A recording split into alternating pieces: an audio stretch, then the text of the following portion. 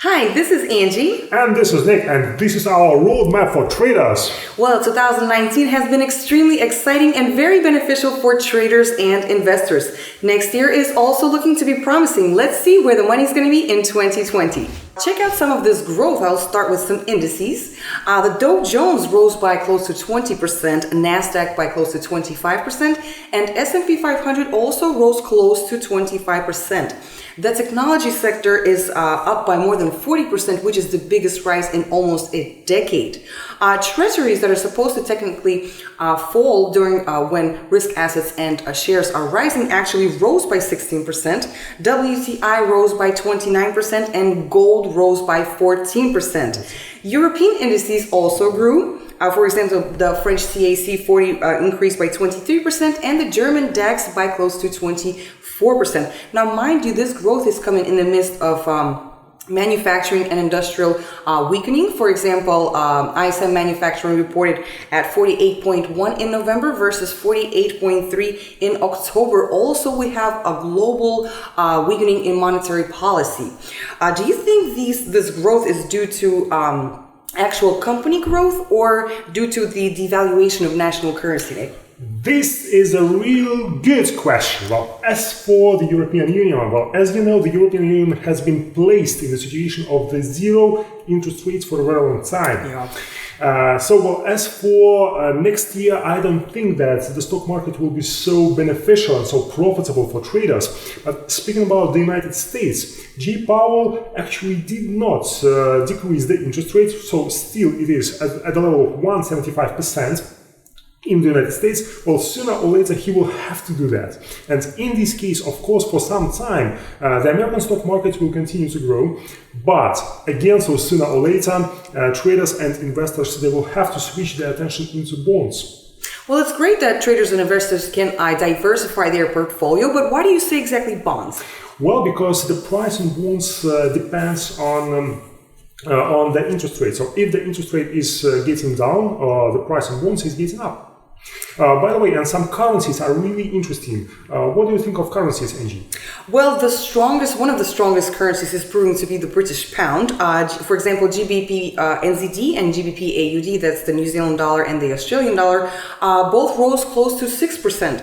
Now, GBP USD rose close to 3%. And why do you think this is so, Nick? Oh, of course, of Brexit, which did not happen this year. Oops. And also, ladies and gentlemen, we have to mention about the interest rates again. So, because Bank of England did not cut the interest rate while all developed economies cut theirs. Well, as a result, of course, British pound looks better than other currencies. What about the levels of support and resistance in British pound? Yeah, some targets for GBP USD. Resistance lies around 1.34500 and support lies around 1.28. Oh, well, I see. Well, and what about the United States dollar itself? Well, the United States dollar has been quite stable. Speaking about some majors, for example, NZD USD fell over 2.5%.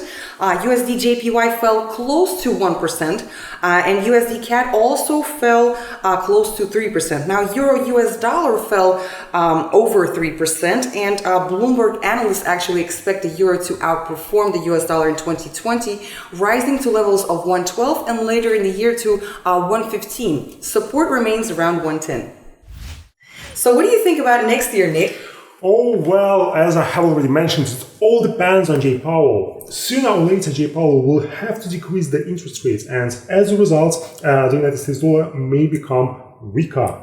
And by the way, it's really good that you mentioned Canadian dollar because of the icing of the cake of this year. This is... Do you mean the trade agreement between the United States, Mexico, and Canada? Please tell us about it and how can it help the United States? That's it. So I mean these agreements which will replace NAFTA. This is so-called USMCA agreements which will have to be signed pretty soon.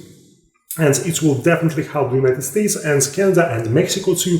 So what are the main changes? Well, at first, so this is about US jobs for auto workers. So it will increase the amount of US jobs for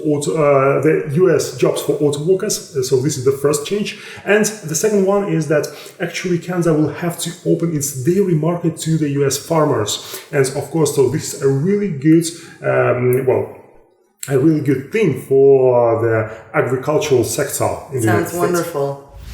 What about Trump? How will it help his future career? Well, these agreements will definitely help his future career because, as you know, in 2020 we have the US elections. Ooh, the United States elections. How will the elections affect the financial market and what can we expect? Oh, we might expect that the volatility will be really, really high, and as a result, risks will be high.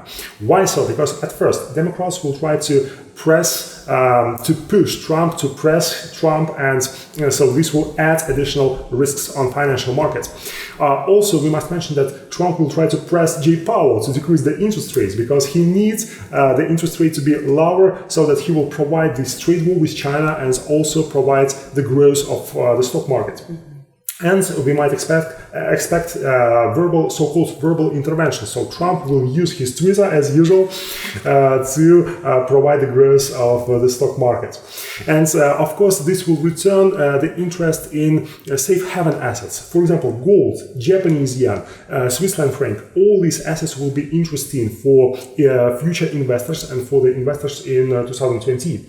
And we must mention that also in a long-term period of time, emerging markets will be interesting. So, for example, by India, so by 2035, Indian city Bangalore will become the capital of the technological startups owing to human resources. Wow, that sounds wonderful. And by the way, the biggest market players are expected by 2035 to be from the Asian region, mainly from China, India, and Southeast Asia. So, what can you tell us about China? Oh, China will continue to grow, definitely. Chinese economy will continue to grow.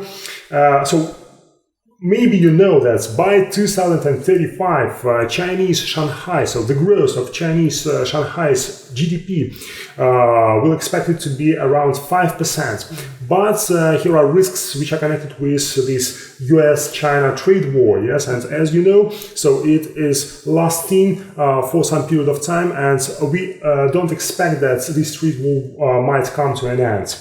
Wow, so how will this help investors? Oh, well, definitely investors must take this into consideration and must avoid, for example, buying Chinese yuan and investing into the Chinese stock market. So sounds very interesting. Thanks. And what about Europe?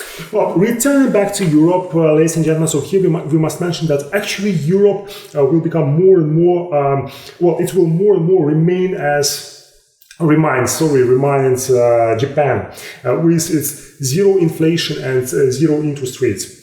So here, for European monetary policy, monetary authorities, it will be quite difficult to, for example, to help the European economy and to avoid recession. Thank you so much for that, Nick. Now that you're armed with the latest market movement data, we wish you happy holidays and profitable trading in 2020.